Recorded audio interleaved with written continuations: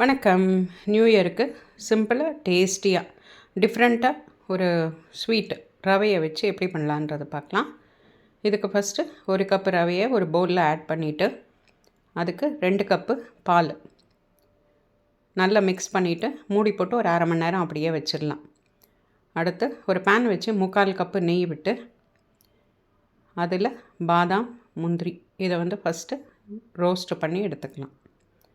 இது ஒரு பிளேட்டில் ட்ரான்ஸ்ஃபர் பண்ணிவிட்டு மீதி இருக்கிற நெய்லேயே ஒரு கப்பு சர்க்கரையை சேர்த்து அது நல்லா கலந்து கொடுத்துட்டு கேரமலைஸ் ஆகிற வரைக்கும் கலந்துடலாம். இப்போது இந்த சோக் பண்ணி வச்சுருக்கிற ரவையை இதில் சேர்த்து நல்லா கலந்து கொடுக்கணும். ஸோ நம்ம கலக்கிறதுலையே ரவையும் வெந்துடும். ஸோ இந்த நெய் நல்லா ரிலீஸ் ஆகிற வரைக்கும் கலந்துட்டு அரை டீஸ்பூன் ஏலக்காய் பவுடரையும் சேர்த்து இந்த பொரித்து வச்சுருக்கிற நட்ஸையும் சேர்த்து கலந்துட்டால் நம்மளோட yummy and tasty makkandi halwa ready. So நீங்களும் ட்ரை பண்ணி பாருங்கள். உங்கள் கமெண்ட்ஸ் எழுதுங்க, சப்ஸ்கிரைப் பண்ணுங்கள். தேங்க்யூ.